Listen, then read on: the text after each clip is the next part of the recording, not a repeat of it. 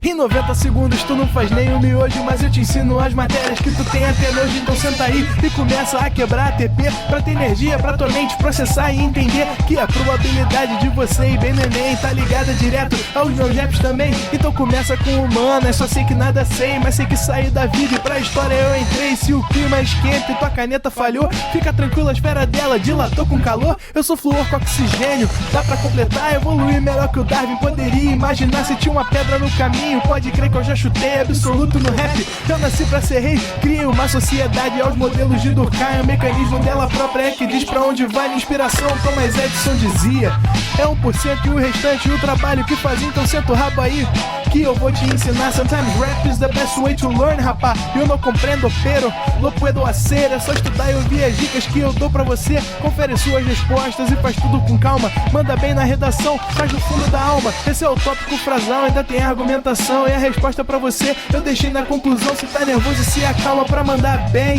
E se liga nos vídeos que eu te preparo pro Enem. Começando essa brincadeira! Eu gostei dessa parada que o Arthur fez num dia qualquer de aula que ele veio dar. Ele meteu a cara assim, a caroça assim, dentro da tela. Eu achei, dentro da tela não, dentro da câmera, né? Eu achei muito bom. O problema é de vocês que vão se assustar. Otários são vocês. Mas sejam todos muito bem-vindos a mais uma aula ao vivo do ProEnem. Meu nome é Edilson, eu sou professor de Biologia. E hoje a gente tem coisas muito legais a fazer, cara. A gente tem coisas muito legais a serem mostradas.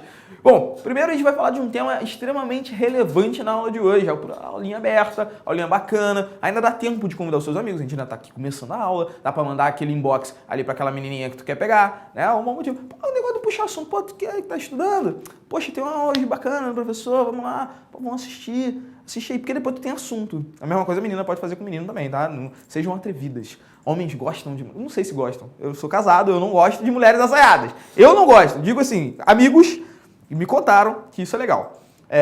Manda aí, manda por inbox pra galera, manda um Twitter, manda um tweet pelo Twitter. Você faz o que quiser, divulga, faz isso. Você vai ganhar alguma coisa com isso? Absolutamente nada, né? Um troféu joinha, no máximo. Mas manda, a aula é aberta, a gente vai falar de um tema extremamente relevante hoje para uma boa prova do Enem. Outra coisa que eu queria comentar é que, como estamos à distância, eu sempre comento isso, óbvio, você já está acostumado, mas sempre tem uma primeira vez de alguém, não é verdade? Como diria o Romulo, não é verdade? Tamo junto? Sempre tem a primeira vez de alguém. Então, comunique-se conosco através das redes sociais. Temos o Facebook, o Twitter, como principais redes sociais. Então você vai lá na fanpage do ProEnem, curte lá e você consegue mandar as mensagenzinhas pra gente, na verdade, pelo Twitter, você vai lá em @ProEnem e você consegue também mandar os tweets pra gente, só que pra gente rastrear a sua mensagem, você tem que colocar uma hashtag ProEnem ao vivo, tudo juntão, aí você manda a tua pergunta, manda o seu comentário. Eu tava lendo ali agora, porque ainda há pouco, pra quem chegou agora, tava rolando a aula dos aprovadores, né, mais cedo. Às 6, começou às 6. Eu comentei que eu tô tentando deixar uma barba. Na verdade é o seguinte, eu fiz no final de semana, né, pela última vez, e tô tentando deixar aqui uma barba. Ela não quero que ela fique muito grande, quero que ela fique aqui moderada, não quero um negócio mendigo, não é isso que eu quero. Não. Estou procurando apenas uma aparência de sujo, apenas isso. E tô tentando deixar, mas eu tenho um problema, minha barba é falhada, que eu comentei com a galera. Por exemplo, meu bigode não junta ao resto do cavanhaque, para fechar aqui bonitinho. Mas eu tô tentando deixar alguma coisa aqui, eu queria opiniões. O Tom, por exemplo, já me escrotizou, falou que tá horrível, falou que seria melhor deixar apenas um fiozinho aqui, aquela barbinha fininha, pagodeiro, aquela fininha aqui assim, ó. Ou agora ele deu uma outra sugestão maravilhosa também, que é tirar tudo, deixar só o bigode, que tá super na moda. O Tom parou, o Tom assiste muito filme, eu acho que ele tá vivendo nos anos 50. Super na moda, Tom, super atualizado você, hein, deixar só o bigode. Tá, ó? Uma merda. Mas mandem mensagens, eu quero opiniões. Eu sei que tá ruim de ver, porque ela ainda tá muito curtinha, né? Minha barba não cresce tão rápido, mas mandem mensagens, eu quero opiniões. Teve um infeliz ali, que eu não vi o nome dele. Que barba? A minha barba, está aqui na minha cara. Moleque. Você é moleque, falando mal da barba dos outros aí. Mandem mensagem só se forem positivas. Se forem negativas, você não precisa mandar mensagem sobre a minha barba. Manda mensagem se for legal. Pô, vai ficar legal, Bruno. Vai ficar com a cara de sujo maneira.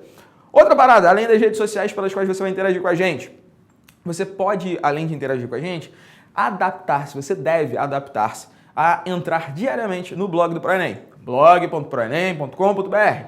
Lá você vai acessar material de primeiríssima qualidade, você tem coluna de história, você tem coluna de atualidade, você tem dicas para a sua prova, você tem dicas geral de comportamento, você tem dicas culturais e tem, que ouvi dizer, tá supimpa, tá, ó, daqui da ponta da orelha, que é uma coluna de um professor que parece que manda muito bem nesse negócio aí, chamado Minha Profissão. Minha Profissão. Eu gosto do efeito que colocaram no começo. Minha Profissão. O Minha Profissão é uma coluna, obviamente, sobre... Que isso, tu percou? Profissões. Pô, sempre bate aquela dúvida, né, cara? Tem gente que já tem definido já de muito tempo o que quer fazer de carreira, que curso de graduação quer cursar, né? O que quer estudar. Mas tem algumas pessoas, como por exemplo o Rodrigo, que até hoje não sabem o que querem fazer na faculdade. Profissão estudante.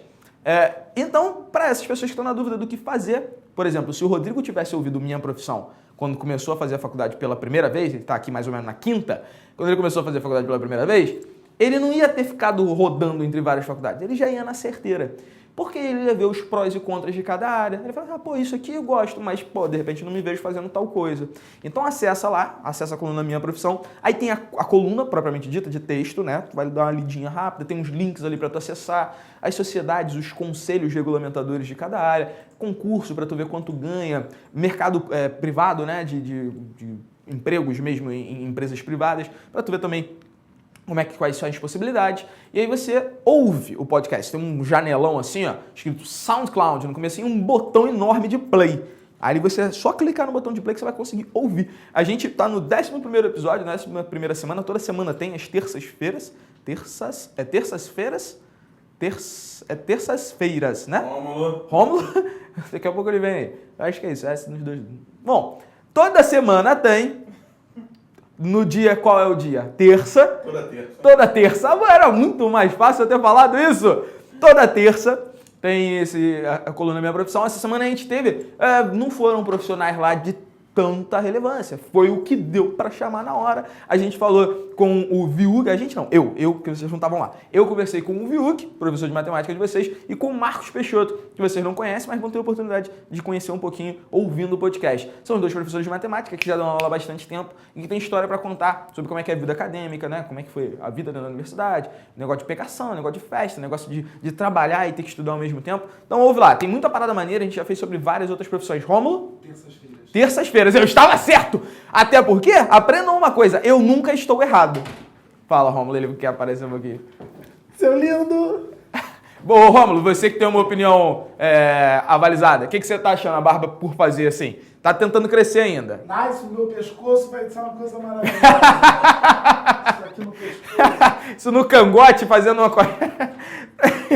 Mas olha que isso, eu perguntei, o culpado sou eu que gerei esse tipo de situação. Antes de a gente começar a nossa aula, hoje, é hoje, Rodrigo? É hoje. Ou foi essa semana já? É hoje. É hoje. Hoje estamos com um lançamento mundial, quiçá intergaláctico, quiçá... Tem mais do que... Eu não sei se tem mais do que intergaláctico. E que sabe mais do que intergaláctico, de uma nova campanha aqui no ProEnem. Uma série de vídeos que vão revolucionar a história do ensino à distância online digital. Que é... Puta que eu sabia que eu esqueci, cara. O mundo de conhecimento. O mundo de conhecimento. Eu falo o mundo em nossas mãos. We have the whole world in his hands. O mundo de conhecimento. Uma campanha que ficou... Olha, não foi eu que produzi, mas... voltou aqui tipo o Silvio Santos, né? Eu não vi, mas a minha filha viu, falou que ficou uma maravilha. Não, eu não produzi o vídeo, mas, pô, dá o maior orgulho de participar porque o vídeo ficou show. Rodrigo, tá com o negócio já aí na agulha? Então, show. Manda aí pra galera acessar, pra galera conhecer, então, o mundo de conhecimento, campanha nova aqui do ProEnem. Vai! Olá, candidato! Quer descobrir os segredos do mundo e suas curiosidades? E por que não sobre o universo? Desde os primórdios da humanidade, explorando cada canto do planeta e calculando seus ângulos e medidas. refletindo sobre a ação do homem na atualidade. Tudo isso em um só lugar, aqui. No ProEnem, preparação que vai além. Como diria Bruno Pires, keep humilhando. Que animal que ficou esse vídeo, de boa mesmo. Meu irmão, eu sou facilmente comprado quando eu vejo animações. Quando eu vejo coisas que se mexem. Vocês repararam que no vídeo, por mais que a gente tenha gravado... Você não acha que a gente gravou de fato em cima de um planeta, né? Que Ah, foi não?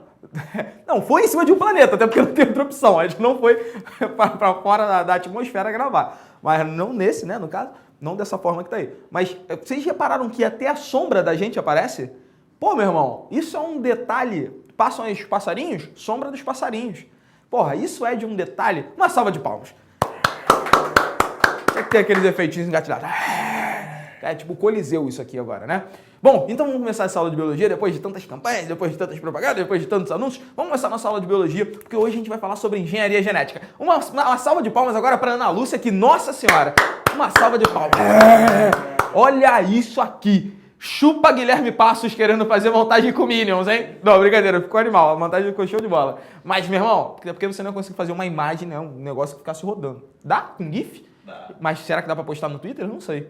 GIF? Não sei. Mas uma salva de palmas para a Ana Lúcia. Isso chama o quê? Competência. Isso chama excelência. Isso chama Ana Lúcia. Uma salva de palmas para a Ana Lúcia mais uma vez. Já chega de palmas. Muito bem. Bom, vamos falar sobre engenharia genética, mas antes disso, você que está chegando pela primeira vez, eu sempre dou essa dica, fonezinho de ouvido, porque você não quer ter contaminação ambiental com o som de outras pessoas. Teu pai, sua mãe, seu gato, seu cachorro, periquito, papagaio brigando, reclamando, você não quer. Põe fonezinho de ouvido, coloca o som alto para conseguir isolar o resto do mundo, me ouvir tranquilamente, tá? Ah, professor, não tenho. Caixa de som. Mete essa caixa de som no alto, vamos incomodar os vizinhos. É por educação, é pelo seu futuro, amigo. É pela sua aprovação. Então você se prepara. Você se prepara porque antes de começar uma aula de biologia, a gente sempre precisa puxar energias provenientes de um mundo de conhecimento. Agora eu peguei esse nome e vou ficar repetindo esse nome até a semana que vem.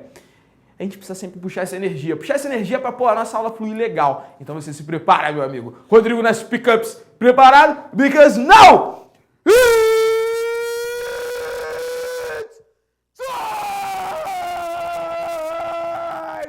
Maluco! E vamos começar a cuspir pra caceta aqui agora. Ah, desidratei até de tanto que eu cuspi. Vamos começar essa brincadeira de engenharia genética aqui no Enem. Olha isso daqui. Rodrigo, consegue reconhecer essa imagem? Que é isso, maluco? Segundo a Ana Lúcia, são chineses. Eu não sei como é que a Ana Lúcia viu. Tem um negócio de chinês aqui no começo, você vai usar? Vou usar, Ana Lúcia, vou usar sim. São os Targaryen, galera que assiste a Game of Thrones, você não vê, né, Rodrigo? Não vê. Galera que assiste a Game of Thrones tá se perguntando por quê? Por que será que os Targaryens estão aparecendo aqui no começo da nossa aula? Eu digo mais, tem mais Targaryen. Olha a família Targaryen da série de livros, né? As Crônicas de Gelo e Fogo. Que deu origem à série de televisão Game of Thrones da HBO. Propaganda de graça, hein, HBO? Propaganda de graça, hein? Você pode investir dinheiro. Não caguei para o ProEnem, você pode investir dinheiro na conta do professor de biologia. Anota aí, Banco Santander, agência... Sacanagem? Quer dizer, entra ali em inbox, né? A gente comenta. Alguma parada, Rom? Ah, não. Entrou, o Romulo veio se maquiar. Achei que fosse falar alguma coisa. Por que a gente tá falando dos Targaryen? Porque vocês sabem que os Targaryen, eles têm uma aparência, quem vê a série, eles têm uma aparência mais ou menos homogênea, né? Eles têm características como, por exemplo, o cabelo muito claro, a pele muito clara, a cor dos olhos. São características que se repetem em quase que todos os membros daquela família, fora uma característica básica, por exemplo, que é sobreviver ao fogo. Eles não pegam fogo, isso é foda. Tem uns Targaryen ali que pegam fogo, isso acontece na série, não é muito legal. Mas são Targaryen meia boca, são Targaryen bunda. A parada que acontece também na família dos Lannister, né, cara? Os caras, eles têm um negócio ali de familiar pegar familiar, sabe qual é? Irmã pegando irmão. Negócio que acontece lá na cultura deles. E aí sempre gera... os descendentes são sempre louros, né? São tons de cabelo diferentes dos Targaryen, mas sempre assim. Mas por que eu tô colocando isso daqui? Porque quando a gente fala em engenharia genética, existem formas e formas de pensar num melhoramento genético.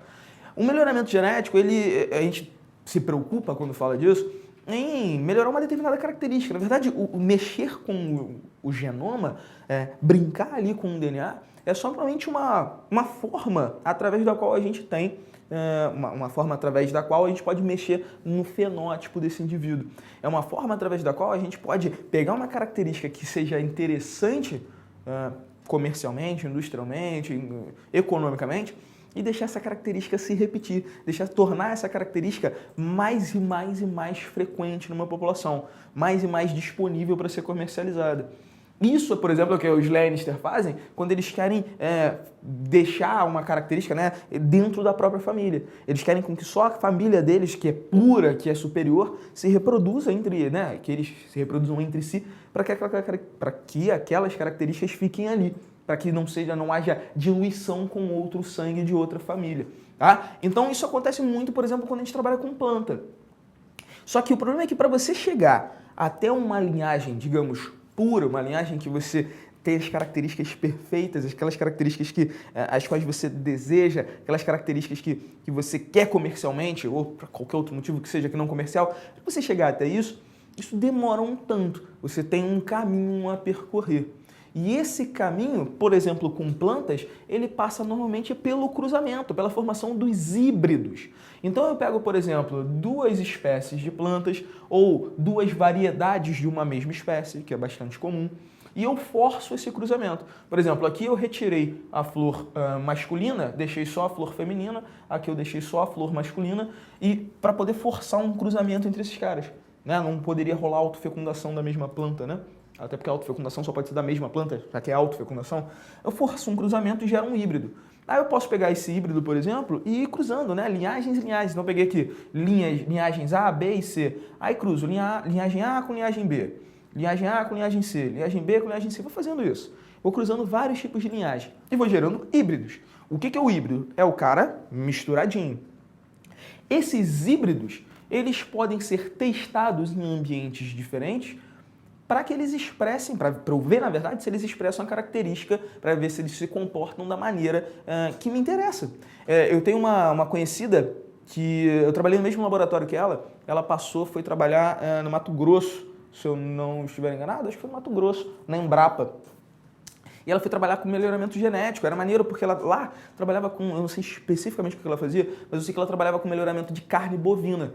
A galera estava interessada numa carne com maior teor de nutrientes, uma carne mais macia, um animal que produzisse maior volume de carne, né, mais facilmente. Então ela ia mexendo aí, né, provocando, formando esses híbridos e testando esses híbridos em condições ambientais diferentes. Porque às vezes eu vou formar um híbrido que para ser cultivado onde eu quero, não serve. Então ele tem a característica que eu quero? Tem, mas pô, de repente ele não sobrevive ao calor. Vou conseguir cultivar isso aqui de forma ampla no Brasil? Não vai dar. Ou então eu gero um híbrido que resiste à temperatura, às condições ambientais, mas não tem a característica que eu quero. Então eu pego esses híbridos e vou testar em condições ambientais diferentes. Vou achar as características que eu quero. Às vezes, cada híbrido, né? Então com uma característica diferente.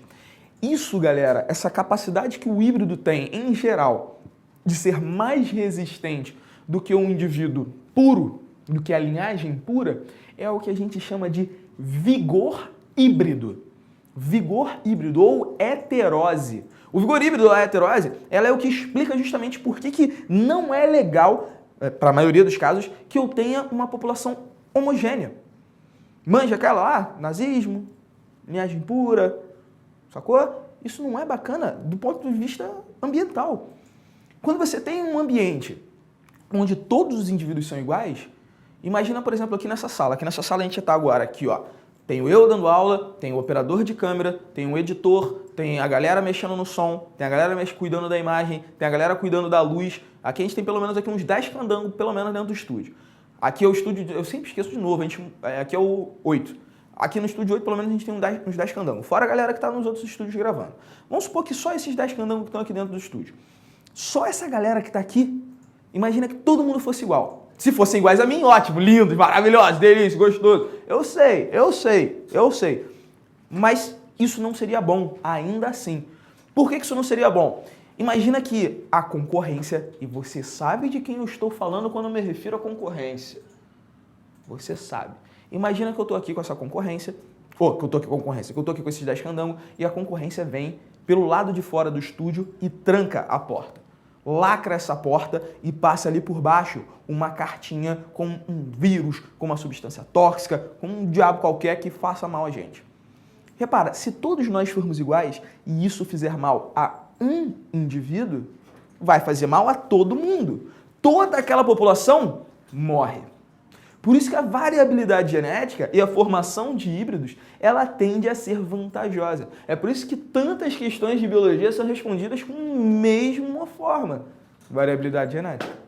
Tá? Essa é a ideia. É gerar diversidade para que condições ambientais não eliminem uma espécie, não eliminem uma população. Eliminem alguns indivíduos e os outros consigam se reproduzir e manter aquela população. Agora, a partir do momento, já que a gente está pensando em melhoramento, já que ele está pensando do ponto de vista econômico. Achei um híbrido que me interessa, agora eu posso pegar esse híbrido e, entre aspas, transformar isso numa linhagem pura, digamos assim. Como assim? Eu pego esse híbrido, digamos que este seja o híbrido que me interessa. Coceira do negócio que eu fiz a barra tá coçando. É bom que eu faço isso aqui, deixo em carne viva. É uma maravilha, faz super bem a pele. Chama esfoliação com a unha. Pega esse híbrido aqui que me interessa e bota esse cara para reproduzir. E gera linhagem, aí pega um híbrido, reproduz mais, pego ele de novo, reproduz mais. Agora esse híbrido ele já não tem mais a característica híbrida, digamos assim, ele já é a linhagem pura que eu quero. E aí eu vou formando mais e mais indivíduos com essa mesma característica. É o que acontece lá com os Targaryen, por exemplo, resistentes ao fogo. Eles não surgiram puros. Eles, obviamente, em algum momento se misturaram, uma característica surgiu, se sobressaiu, e aí ela foi sendo passada geração a geração por endocruzamentos e se tornando uma característica pura. Tá? Então o vigor híbrido, a heterose, ela é importante até um determinado ponto. E para determinadas situações. Para outras, faz muito mais sentido que eu tenha o cruzamento de linhagens puras. Eu tenho a manutenção de indivíduos puros. Isso é muito comum fazer com vegetal, principalmente quando esse vegetal eu não quero que ele tenha variabilidade. Quando eu quero manter uma linhagem pura, eu faço um negócio que a gente chama de enxertia. Eu faço enxertos com vegetais. Tem duas técnicas basicamente de enxertia. Essa daqui é que a galera chama de garfagem, né? Eu pego uma planta, que é o suporte para esse enxerto, eu pego essa planta e dou um talho, né? Primeiro eu cortei essa planta em cima, na transversal, e dei um talho longitudinal aqui. Aí eu vou pegar a minha planta de interesse, isso é muito comum, por exemplo, com laranja Bahia.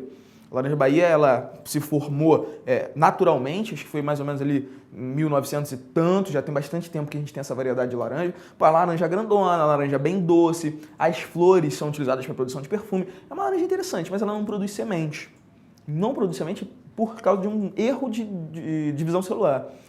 Então como é que eu vou reproduzir essa variedade se ela não tem semente? Eu tenho que pegar esse vegetal e fazer ele perdurar às custas de outro vegetal. Então eu pego, digamos que, uma estaca de planta, de árvore da laranja Bahia e insiro numa outra árvore qualquer. Então se eu pegar vários raminhos, vários galinhos de laranja Bahia e for em várias plantas suporte e for colocando, o que antes eu tinha uma árvore só, uma laranjeira só, agora eu tenho várias laranjeiras. Mas por que esse enxerto se dá bem? Porque o vegetal ele tem uma característica muito particular e que, diga-se de passagem, isso dá um banho na gente, o humano não é nada se comparado a isso, que é uma capacidade de pegar células que estão diferenciadas, células que já estão especializadas, e regredir essa célula. Ele meio que transforma uma célula especializada numa célula-tronco. Então ele pode fazer com que, por exemplo, essa árvore, essa planta enxerto, se fusione, entre aspas, com a planta suporte. E a planta suporte, a função dela nesse caso, é garantir a absorção de água, a absorção de sais minerais, para que a planta enxerto funcione, para que essa planta enxerto se desenvolva. Eu posso fazer assim, né, que é a forma de enxertia, que é a garfagem. Eu posso fazer também dessa forma aqui que a galera chama de borbulha. Eu não sei, na verdade, se é borbulha ou se é borbulia. Eu não sei qual é a tonicidade aí. Mas, se eu não me engano, é borbulha mesmo. Só vi escrito, nunca ouvi isso sendo falado. Mas é uma outra forma onde eu vou pegar um pedaço aqui dessa árvore, que é a planta suporte, tiro um pedaço da casca, pego a planta que me interessa, que é o enxerto, coloco ali próximo daquela abertura, eu fiz um talho longitudinal nessa casca, insiro a planta enxerto, amarro e obviamente vou cuidar para que não haja qualquer infecção nessa planta, para que não haja qualquer problema e esse enxerto se desenvolva. Então quando a gente pensa em melhoramento, por exemplo, de vegetais, o enxerto é muito comum quando eu quero fazer uma propagação pura. Porque repara, o enxerto é uma forma de reprodução sexuada ou assexuada? Se eu não estou fazendo combinação do material genético de indivíduos diferentes, se essa planta vai crescer, crescer, crescer sem se combinar a um outro indivíduo, isso aqui é uma reprodução assexuada. Então eu, através do enxerto, estou sempre gerando indivíduos idênticos. Eu estou promovendo, através da reprodução assexuada, através da reprodução assexuada, eu estou promovendo um aumento da população mais rápido, porém, com menor variabilidade genética. Mas que é o que me interessa nesse momento. Tá? Então, esse exemplo que eu dei da laranja Bahia, não tem como reproduzir através de semente, porque a planta não produz semente, o frutinho não tem semente. Então, como é que eu vou fazer isso? Por enxertia. É a única forma que tem. Tá? Agora, vegetais conseguem ser reproduzidos assim, e tem uma parada mais maneira ainda em vegetal que eu consigo fazer, que é o explante. Meu irmão, se tem uma parada que durante a faculdade, em aula de botânica, genética, né, não tem muita essa delimitação ali, mas eu aprendi na aula de botânica, que se tem uma parada que eu acho animal, que é uma parada que tá assim, ó, top, master, big motherfucker huge, se tem um negócio que eu acho top, é essa capacidade que o vegetal tem de pegar tecidos diferenciados e se desdiferenciar. Na verdade, o vegetal adulto ele ainda conserva muita célula-tronco. Célula-tronco, vamos lembrar, né? É aquela célula que ela não é especializada em fazer nada, ela não tem uma capacidade de fazer fotossíntese ou uma capacidade de transportar, seiva. Não, é uma célula simplesmente que vai se dividir demais para gerar outros tecidos. E o vegetal adulto ele conserva muitas células-tronco, ao contrário do nosso caso, né? A gente tem muita célula-tronco enquanto a gente está no começo do desenvolvimento embrionário. Adultos a gente tem poucas células-tronco tão indiferenciadas. No explante, o que eu faço? Eu pego um vegetalzinho, corto esse vegetal, e obviamente eu vou fazer isso em regiões específicas, onde eu encontre essa grande fonte de células-tronco. E a gente conhece mais ou menos pela anatomia do vegetal onde é que a gente consegue achar isso. Faço um corte, pego esse cortezinho, né, pego esse pedacinho e vou colocar num tubo com nutrientes, sais minerais, hormônios, vitaminas que sejam suficientes para que esse cortezinho se desenvolva. Esse cortezinho sozinho, cheio de células-tronco, pode seguir dois caminhos possíveis. Um desses caminhos é formar um novo vegetal, o que é muito maneiro quando eu penso, por exemplo, em propagação de uma espécie. Imagina que eu tenho uma espécie ameaçada de extinção, que ela está em pequena quantidade, e eu, a partir desse fenômeno de explante, consigo fazer várias mudas. Cara, lá na UERJ, que foi onde eu estudei, a faculdade, né, os laboratórios de botânica, eles tinham isso. Um herbário, né, onde você faz esse tipo de cultivo, só para propagação vegetal. Porra, isso é lindo, cara. Isso é uma forma de salvar uma espécie, com um vegetal bem mais simples do que fazer com animal. Aí, um desses caminhos, né, é fazer um desenvolvimento e gerar uma planta idêntica à original, para aumentar em número, o que pode ser para preservar uma espécie, mas pode ser simplesmente também para gerar uma população maior e produzir mais fruto, produzir mais de um determinado óleo, uma substância qualquer que eu queira. Ou eu posso pegar esse explante e, de acordo com o hormônio que eu vou colocar aqui, e sim, vegetais produzem hormônios, tá? Para quem não está acostumado com isso, de acordo com o hormônio que eu vou colocar nesse meio de cultura, eu posso fazer com que esse vegetal ele forme o que a gente chama de calo. O que é isso aqui, cara? É uma massa de células. Não tem formato de plantinha. Eu não vou pegar depois e colocar isso lá no sol e depois transferir, de repente, para a mata, para repovoar. Não. Esse calo, essa massa de células, ela não tem muita diferenciação, né? Ela não tem uma diferenciação morfológica, mas ela normalmente é um tecido que, por ter muitas células-tronco, que a gente chama de células meristemáticas, ela vai começar a seguir um caminho específico no seu desenvolvimento para a produção de substâncias que me interessem. É claro que eu não pego planta, corto e me produzo uma substância. Eu tenho que fazer testes e testes e testes para até chegar a esse resultado. Mas às vezes são substâncias que podem ser, de novo, óleos de fragrâncias, de perfumes, de alimentos, de substâncias medicamentosas. Quantos remédios a gente não tem que são de origem vegetal? Onde a molécula-alvo, na verdade a molécula-alvo não, a molécula-chave, né, a molécula ativa naquele remédio, ela é de uma origem vegetal. Pô, como é que eu posso produzir isso pra cacete? Vou ter que plantar, esperar a árvore crescer? Não, eu promovo a formação desse calo e boto esse cara pra produzir quantidades huge motherfucker, grande pra caceta, dessa substância que eu queira. Com o vegetal dá pra fazer isso, através do explante. Tá? Então, com o vegetal, tem algumas formas de trabalhar que são formas muito mais tranquilas. Rapaziada, espero que vocês estejam tranquilos, mas como a gente está falando de coisas que são relativamente diferentes para o nosso conteúdo, se tu tiver alguma dúvida, manda pra gente. Tem alguma mensagem por enquanto aí, Rodriguinho? O Gabriel tá perguntando aqui, ele pergunta se é mito ou verdade. Que, exemplos, no caso dos seres humanos, a reprodução de membros da mesma família tem tendências em ter filhos com problemas genéticos? Quem foi que perguntou? Foi o Gabriel. Gabriel Felipe. Gabriel, a gente tá na hora do intervalo. Sabe o que eu vou fazer? Eu vou te responder já antes. É verdade, não é mito. Isso é verdade. Mas eu quero que vocês respondam o porquê ao Gabriel.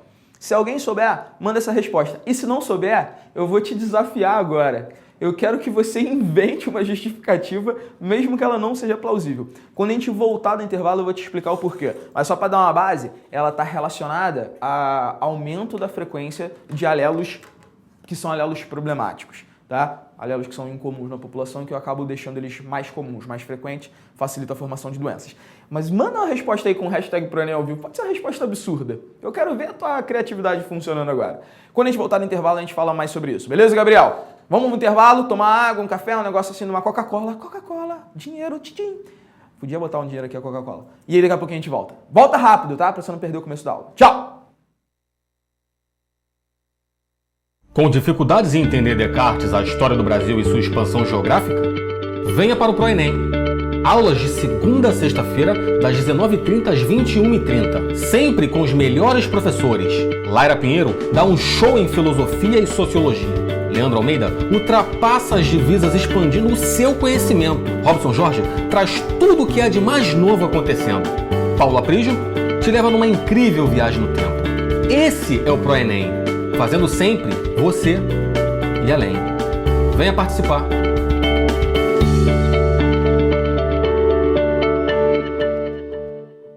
E aí, galera? Precisando de um empurrãozinho nos estudos? Cansado de tentar e não entender aquele exercício? Nós aqui no ProEnem temos os melhores professores.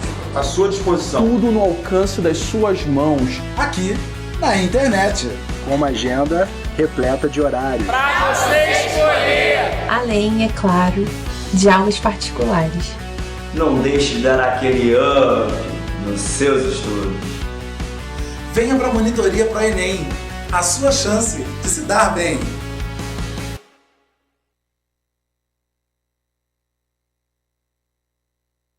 Suzana, qual a diferença entre o pachorrento e o pacóvio ao considerarem uma irrupção amaríssima cogitar acerca das permutas sígnicas do nosso próprio código linguístico? Rômulo, o diernamente é relevante para escrutar o idioma, não com finalidade pernóstica ou pedante, mas para não tergiversar ou ruar ao se deparar com os percalços da língua portuguesa.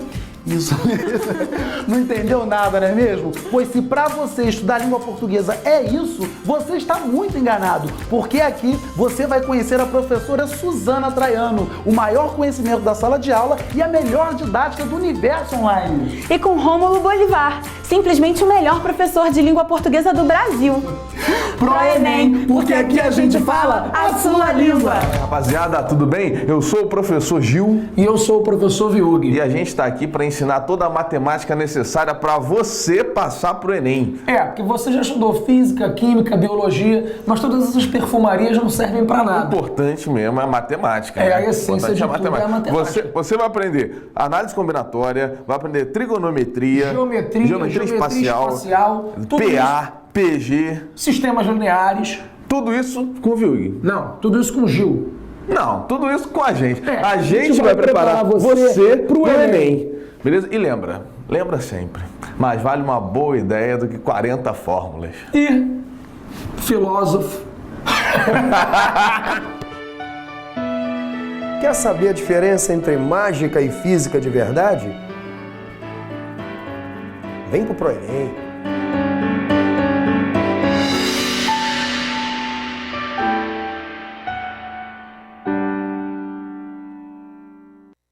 Olá, candidato.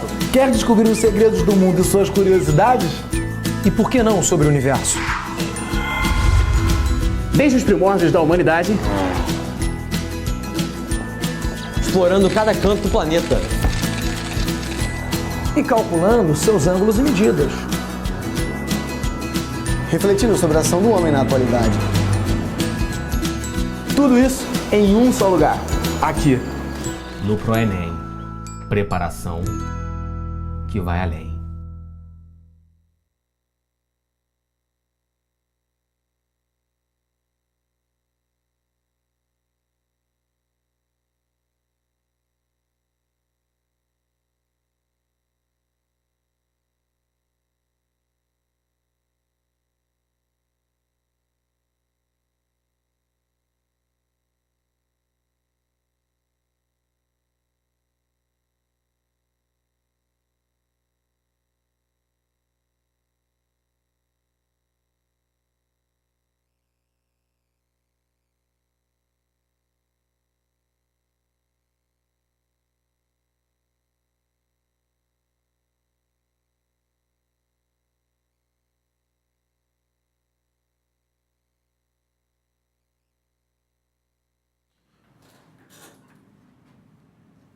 Voltamos a mais uma aulinha de biologia, vamos continuar essa brincadeira. Então, respondendo a pergunta do Gabriel Felipe. Gabriel, espero que você esteja aí, espero que você não esteja fazendo xixi agora, né, garotão?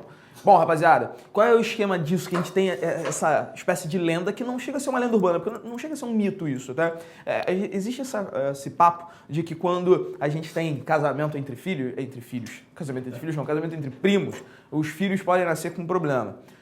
Isso é verdade, tá? Isso não é mentira, não. Mas vamos lá, vamos então discorrer do porquê disso.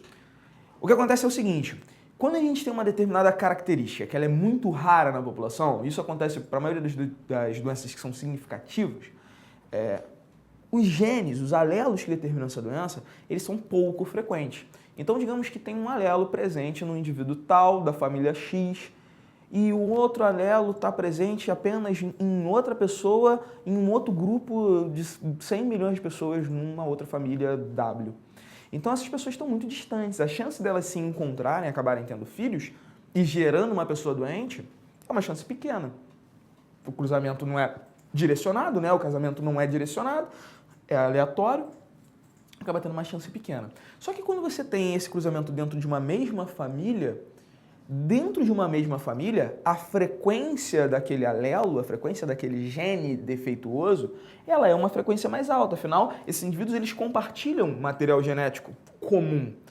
Se você promove o cruzamento desses dois indivíduos, a chance de ambos carregarem os alelos defeituosos, mesmo que eles não manifestem a doença, mas a chance que ambos carreguem esses alelos é uma chance maior do que a chance de dois indivíduos quaisquer na população. Dentro de uma mesma família, essa chance aumenta. Então, se essa chance aumenta, a chance de nascer um filho que carregue aquela determinada doença também é uma chance maior. Por isso que casamentos consanguíneos tendem a aumentar a frequência de uma determinada característica na população, em geral características problemáticas, em geral doenças, tá? Então, Gabriel, isso não é um mito não, tá? Isso é real mesmo e tem um fundo biológico por trás disso. Maravilha? Outra pergunta que quem mandou foi o de Jailson, foi isso, Rodrigo? Isso. O Jailson perguntou o seguinte, uma parada que a gente fala muito, e eu cheguei a comentar aqui, é sobre as células-tronco. Então, às vezes, a pessoa tem uma determinada... Vou sintetizar a pergunta dele aqui rapidinho, tá? Que ele descreveu bem a questão. Eu tenho um determinado problema no cérebro ou no coração, ou o que quer que seja. É um problema onde as células estão morrendo, elas estão defeituosas, e aí eu vou usar, em teoria, células-tronco, vou implantar células-tronco nessa região para resolver esse problema. Afinal, essas células-tronco vão se dividir, se diferenciar naquele determinado órgão e aquele órgão vai voltar a funcionar. A gente não consegue fazer isso de forma tão simples ainda, quanto eu estou explicando, né? É mais trabalhoso na prática, mas o princípio é esse. A pergunta dele foi o seguinte, a primeira parte da pergunta. Como é que eu sei que essas células vão se diferenciar especificamente nas células que eu quero? Bom, Jailson, primeira parada, não sei 100%, tá? Se a gente tivesse certeza disso, o tratamento seria muito mais eficiente, provavelmente já estaria em prática de forma mais ampla. A gente até tem tratamentos com células-tronco para algumas situações, mas ela seria utilizada de forma mais ampla. Por que eu tendo a direcionar essa diferenciação a um tipo de célula? Pelo seguinte, naquele órgão em que eu implantei as células-tronco, existe um ambiente. Quando a gente pensa em ambiente, a gente está acostumado a pensar, às vezes, no que está fora do nosso corpo. Mas o nosso corpo é ambiente de si mesmo. O nosso corpo é ambiente para as células do nosso corpo. Então, dentro de um determinado órgão, digamos o cérebro, existe um ambiente com uma série de hormônios, com uma série de fatores como pH, como temperatura, como pressão sanguínea, como quantidade de sais, quantidade de aminoácidos, de proteínas, glicemia, metabolismo específico. Dentro daquele ambiente eu tenho uma série de fatores que só permite o crescimento da célula para um lado. A sua especialização em um determinado tipo celular. Como a gente falou do vegetal. De acordo com o hormônio que eu aplique no explante, ou o vegetal forma uma plântula, ou ele forma uma plantinha jovem que vai crescer, ou ele forma um calo vegetal, que é aquela massa amorfa de células. Então isso depende do ambiente. Agora, e se, por um acaso, aquele ambiente não funcionar 100%? E se der um erro, eu formar uma célula tipo um cardiomiócito no meio do cérebro? Aí você vai ter um processo similar ao que é um processo da formação de um tumor. Não seria, nesse caso especificamente, um câncer. tá? Porque eu teria diferenciado num outro tipo de célula. E a célula tumoral ela é muito indiferenciada também. Ela tem uma característica mais próxima de uma célula tronco do que de uma célula diferenciada, tá? Eu teria formado um processo que a gente chama normalmente de displasia. O câncer é uma neoplasia, né? A displasia, ela é problemática, ela normalmente precisa sofrer tratamento ou às vezes intervenção cirúrgica, mas ela não é tão grave quanto um tumor maligno, ela não é tão grave quanto o câncer. Mas eu teria problemas sim para o funcionamento daquele determinado sistema, digamos, para o funcionamento daquele órgão que é o cérebro, tá? Então, espero que eu tenha respondido. Se ficou alguma dúvida, se não ficou claro, manda pergunta que depois eu te respondo por mensagem. Tranquilão? Show de Jailson. Espero que eu tenha ajudado. Bom, rapaziada, a gente estava conversando até então de aspectos de melhoramento genético, de engenharia genética, que eram aspectos que dizem respeito a brincar com um organismo inteiro. A não ser no explante, quando eu comecei a mexer com hormônio, com vitamina e tudo mais, a gente então estava brincando com molécula, a gente estava brincando com o organismo inteiro. Só que às vezes a gente quer fazer uma mudança que ela é mais sutil do que simplesmente propagar uma espécie. Às vezes eu quero fazer uma mudança que é uma mudança de o organismo não tem um gene e ele passa a ter. Ele não produz uma proteína e agora ele passa a produzir. Como é que eu vou fazer esse esquema? Como é que eu vou conseguir promover esse tipo de transformação? Agora, para isso, eu preciso mexer no DNA. Eu preciso alterar o meu código genético para conseguir esse tipo de façanha. E aí a gente começa a entrar numa brincadeira que é meio que uma brincadeira de Photoshop. Imagina, eu tiro uma foto, a foto não tá maneira, saí com espinha, meu cabelo aqui, caso sedoso, lindo, maravilhoso. Mas imagina, tirei uma foto aqui, meu cabelo, porra, aquele cabelo ceboso, aquele cabelo palha, aquele cabelo escroto, aquele cabelo sem colênia, aquele cabelo que não tá maneiro. Preciso lá no Photoshop dar um jeito. Sabe aquela foto que tu mete Photoshopão? O cabelo fica bonito, alinhado, bonito, organizado, do jeito que ele precisa ser, espinhas no rosto não existem mais. Aquela foto que você estava um pouquinho inchado, sabe? Porque tinha comido um pouquinho demais quando tirou a foto ali depois do rodízio de pizzaria seguido de uma churrascaria. E aí, sem querer, é porque é um negócio de efeito de distorção da gravidade. Perto da sua cintura, todo o fundo da foto fica meio que esburacado, assim, fica meio que côncavo, sabe qual é? Tinha uma janela no fundo que ela tá meio distorcida. É porque você estava magrinho, ficou magrinho ali no Photoshop. Aí o resto do ambiente também ficou mais tortinho, ficou mais magrinho, assim. Aqui a gente vai entrar num esquema parecido com esse. É uma brincadeira de apagar o que eu quero e colocar o que eu não quero. Apagar o que eu quero apagar e colocar o que eu quero de novo, né? Ou inserir algo novo e deixar o que estava antes funcionando também. É uma brincadeira de corte e cola, só que de DNA. Se eu preciso de corte e cola, de DNA, de ácido nucleico, eu vou ter que trabalhar com enzimas, né? Eu não consigo. Ácido nucleico é pequeno demais para eu meter uma tesoura e picotar. Não dá para fazer isso. Então eu vou usar enzimas que trabalhem como tesouras. Tá vendo essas tesourinhas que estão aparecendo aqui no nosso esquema? Essas tesourinhas, elas são conhecidas como enzimas de restrição. Uma enzima de restrição, pensa nela como se ela fosse uma tesoura. Ela corta fragmentos de ácido nucleico. Só que, óbvio, ela não vai sair cortando isso em qualquer lugar. Ela corta em sequências específicas, em regiões específicas. Aqui eu peguei um exemplo de enzima, que é a enzima EcoR1. Nada que você precisa saber, nenhum nome que você precise gravar, tá? Mas que é uma enzima que ela sempre vai cortar entre um G e o resto dessa sequência, AATTC. Então repara que eu tenho uma sequência palindrômica, né? Daqui para cá eu fico G, AATCC, e acaba que o complementar é o contrário dessa sequência, de trás para frente, né? G, AATTC. Essa sequência palindrômica, uma reverso da outra, ela faz com que a EcoR1 tanto reconheça esse G entre o resto e corte, quanto reconheça esse G entre o resto e corte. Então ela abre essa dupla fita de DNA e ela separa isso em dois grandes fragmentos. Eu poderia fazer isso em diversos trechos da fita e abrir essa fita, ficar com fragmentos desse meu DNA original. Bom, esses fragmentos de DNA original, eles podem ser gerados com a EcoR1 ou com quaisquer outras enzimas, tá? Aqui são outros exemplos apenas. A BAN-HI, a RIND3, outros exemplos de enzimas de restrição, que cortam em sequências diferentes. E como a gente tem uma infinidade de enzimas de restrição, essas enzimas de restrição, elas são produzidas naturalmente pelos organismos e a gente isola dos organismos que a gente quer e usa em laboratório, tá? A gente tem enzima de restrição e tantos outros organismos também têm, a gente isola isso para usar no laboratório. Como a gente tem essas enzimas de restrição e conhece aonde elas cortam, a gente pode, conhecendo o genoma da espécie, conhecendo o genoma do organismo com o qual a gente vai trabalhar, usar essas enzimas de restrição para cortar o genoma no ponto que nos seja agradável, no ponto importante para a gente. Bom, Vamos dar uma olhada nessa questão para a gente entender como é que esse esquema de enzima de restrição poderia cair na prova. Olha que questãozinha boba, isso foi questão de vestibular, tá? Enzimas de restrição são fundamentais em engenharia genética porque permitem, letra A passagem de DNA através da membrana celular. Não, eu usei a enzima de restrição para cortar, mas até aí essa passagem ela não é feita por enzimas de restrição. Para eu mover uma molécula de RNA através de uma membrana, eu preciso de uma permease, eu preciso de uma proteína de canal. Não é o caso. Inibir a síntese de RNA a partir do DNA. Sintetizar RNA a partir do DNA é um processo que a gente conhece como transcrição gênica. Também nada a ver com a enzima de restrição. Letra C. Inibir a síntese de DNA a partir de RNA. Produzir DNA a partir de RNA é uma coisa que organismos vivos não fazem. Alguns vírus, que são chamados de retrovírus, têm essa capacidade. É o caso básico e comum e mega relevante do vírus do HIV. É um retrovírus. Ele tem um genoma de RNA e a partir desse RNA ele produz DNA. Ele faz o contrário da transcrição, faz uma transcrição reversa. Letra D. Cortar DNA. Já começou com cortar DNA, tá maravilha. É um caminho maravilhoso. Cortar DNA onde ocorrem sequências específicas de bases. Então ele não faz cortes a esmo, ele não faz cortes aleatórios, ele faz cortes em pontos específicos. Então sim, letra D, corretinha, gabarito letra D.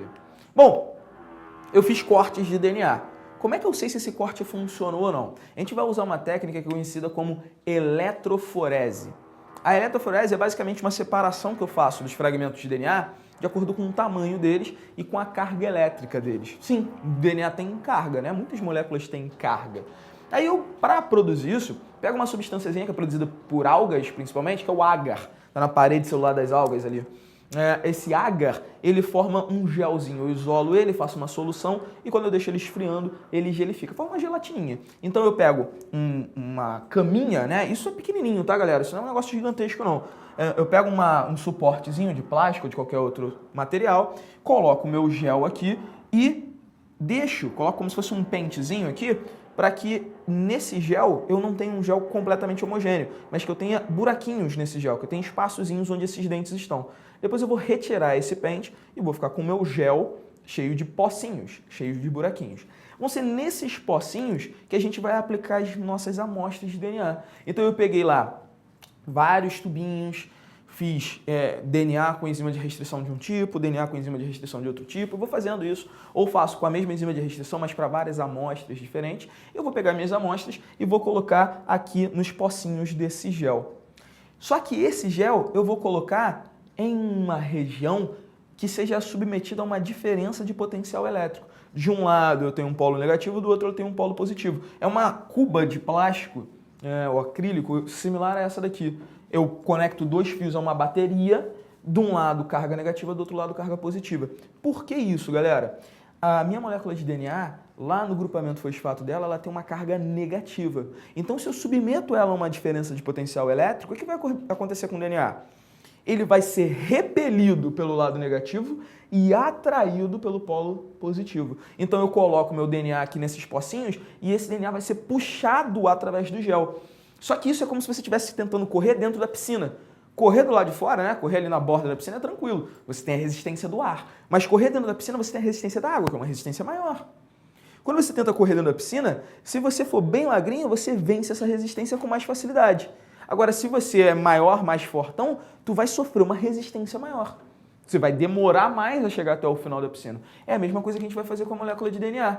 Ó, peguei um gel, óbvio que eu não consigo enxergar isso simplesmente do nada, então eu submeto esse gel que está com as minhas amostras de DNA todas cortadinhas, eu submeto isso a uma radiografia, ou eu uso um corante que seja radioativo ou fluorescente para conseguir enxergar onde é que estão as minhas amostras. Então pego esse gel, coloquei em cada um desses numerozinhos uma amostra, tá? Normalmente esse aqui do cantinho é o que a gente chama de marcador de peso molecular. É tipo uma amostra que tem todos os tamanhos possíveis de DNA, beleza? Eu usei ali enzimas de restrição de tamanhos diferentes, então picotei ele em todos os tamanhos possíveis e eu vou comparar as minhas amostras.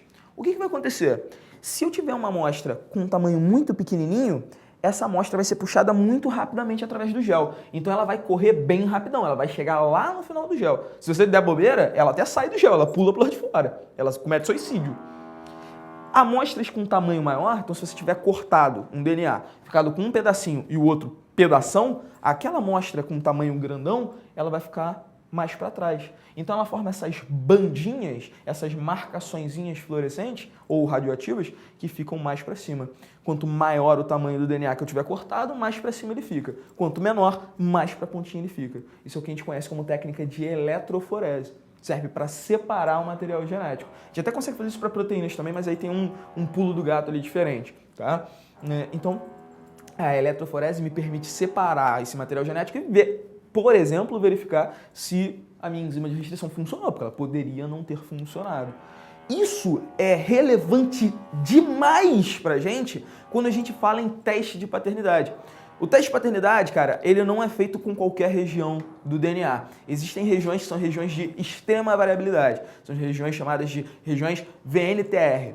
Essas regiões que têm uma variabilidade genética absurda, a chance de eu ter a região VNTR exatamente igual à sua, é uma chance ridiculamente pequena. Ridiculamente pequena. Então, se eu usar enzimas de restrição para cortar essa região VNTR e comparar quais regiões VNTR você tem e quais eu tenho, eu posso verificar se a gente é filho do mesmo pai e da mesma mãe ou não. Basta fazer a comparação com os nossos pais. Eu posso verificar se um pai é de fato o pai ou se esse cara tomou um balão e o pai é o padeiro.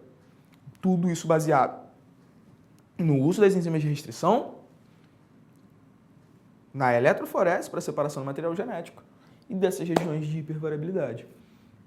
Como é que eu vou fazer isso? Imagina que eu pegue 3 indivíduos, indivíduo A, B e C, e vou comparar essas 3 regiões, região laranjinha, marronzinha e roxinha, dos 3 indivíduos. Nesse indivíduo A, quando eu usei as enzimas de restrição, ele gerou um fragmento curtinho e um fragmento grandão. O fragmento pequenininho, quando eu submeter ele a uma eletroforese, ele vai correr pra caramba. Então, ó, fragmento indivíduo A ficou lá na ponta. O outro fragmento, que é maiorzão, ele corre menos, né? Então ele fica mais aqui pro comecinho. A mesma coisa no marrom. O marrom tem um gigante e tem um menorzinho. Então um marrom vai correr mais e o outro vai correr menos.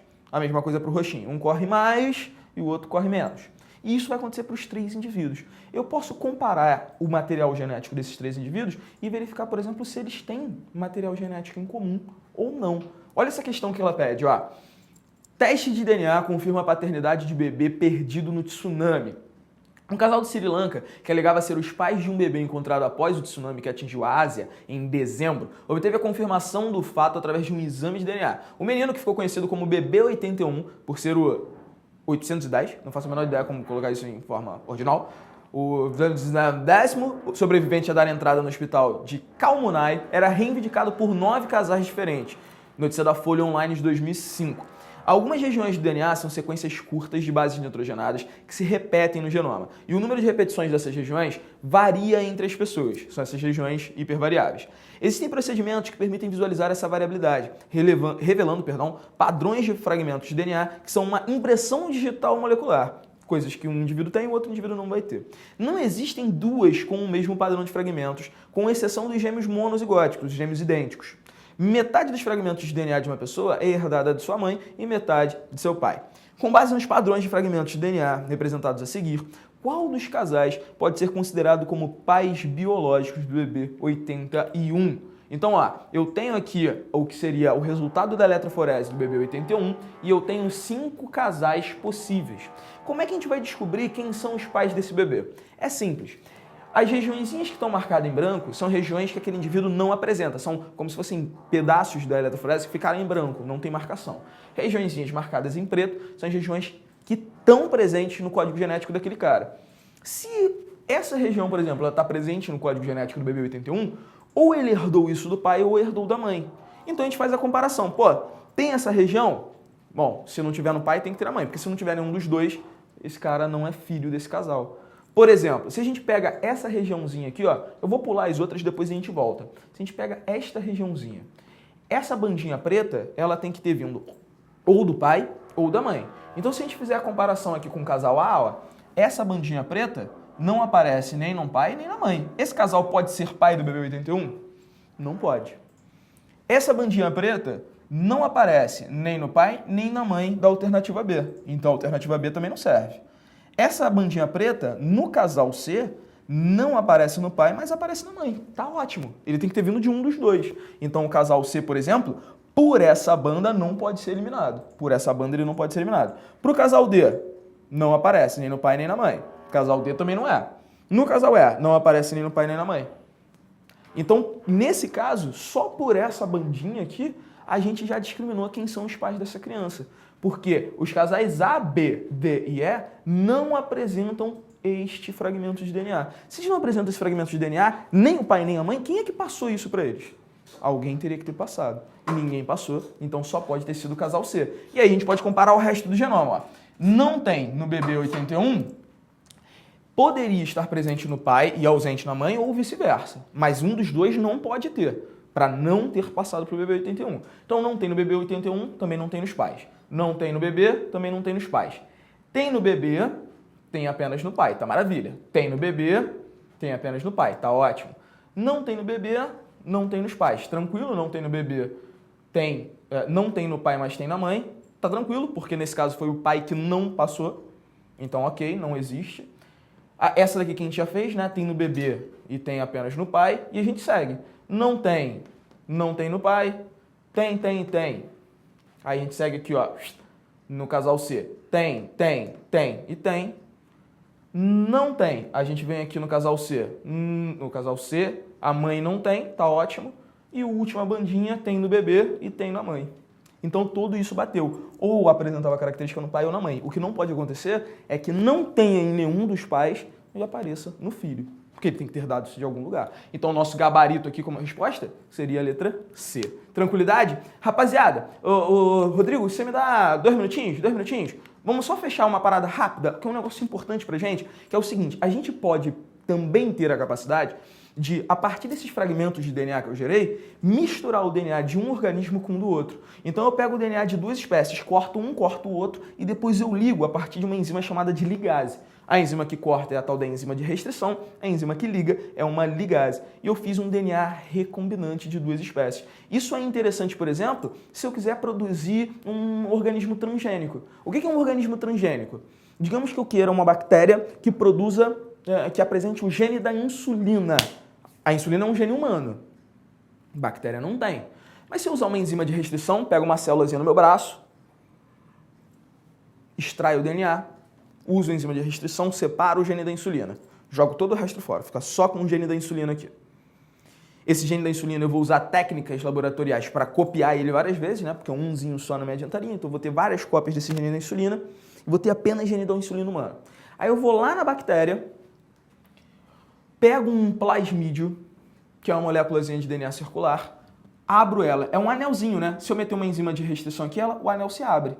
Aí eu vou meter uma enzima ligase que vai pegar o meu fragmento de interesse e ligar no meio do anel. Então eu fiquei com esse plasmídio que agora contém um gene, por exemplo, que é o gene da insulina. Eu pego esse plasmídio e insiro numa bactéria. Dentro da bactéria, isso vai ser copiado. Eu vou fazer cópias desse material e vou ter uma bactéria agora que é uma bactéria transgênica. O que é uma bactéria transgênica? É uma bactéria que apresenta um DNA, um gene de outra espécie. Galera, cuidado, existe uma diferença entre organismo geneticamente modificado e transgênico. Todo transgênico é um organismo geneticamente modificado, mas nem todo organismo geneticamente modificado, nem todo OGM é um transgênico. O organismo geneticamente modificado ele pode ter qualquer gene alterado, simplesmente mudado, deletado, não precisa ser uma relação com outra espécie. Um transgênico ele precisa ter recebido um gene, pelo menos, que seja de outra espécie. Isso é o transgênico. Nesse caso, se eu meti um gene da insulina, olha que lindo isso. Agora, a minha bactéria tendo um gene da insulina, consegue produzir insulina. Só que bactéria é muito mais fácil de pegar do que matar porco para tirar pâncreas. Antigamente, como é que a gente produzia insulina para o indivíduo que era diabético? Pegando o pâncreas do porco. E agora? A gente mete numa bactéria, coloca essa bactéria para se reproduzir loucamente e ela vai secretar insulina. Se eu tiver um tanque gigantesco de bactérias, eu vou ter um tanque gigantesco de insulina, que eu posso usar para medicar, né? Para resolver um problema temporariamente de um indivíduo que seja diabético. Então, transgênico é um indivíduo, é um organismo que apresenta um gene de uma outra espécie. Tranquilidade? Rapaziada, eu espero que vocês estejam curtindo, a gente está sem tempo já, está na hora de a gente se despedir. Hoje, olha que maravilha, não tem aula do Arthur. Uma salva de palmas para não ter aula do Arthur. Não, sacanagem. Mas hoje, agora, na sequência, a gente vai ter aula do Leandro, certo, Rodrigo? Isso, show. Então, tu vai seguir com uma aula de geografia maravilhosa para botar a tua geografia em dia. Eu conversei com o Leandro lá na minha profissão, até comentei essa parada. Eu quase fiz geografia. É uma matéria, de fato, animal. Então, fica com um intervalinho agora curto para depois a gente seguir já na aula de geografia no ao vivo. Demorou? Te espero na semana que vem, às 7 da noite. Às 7h30, perdão. Um beijo. Até semana que vem, rapaziada. Tchau!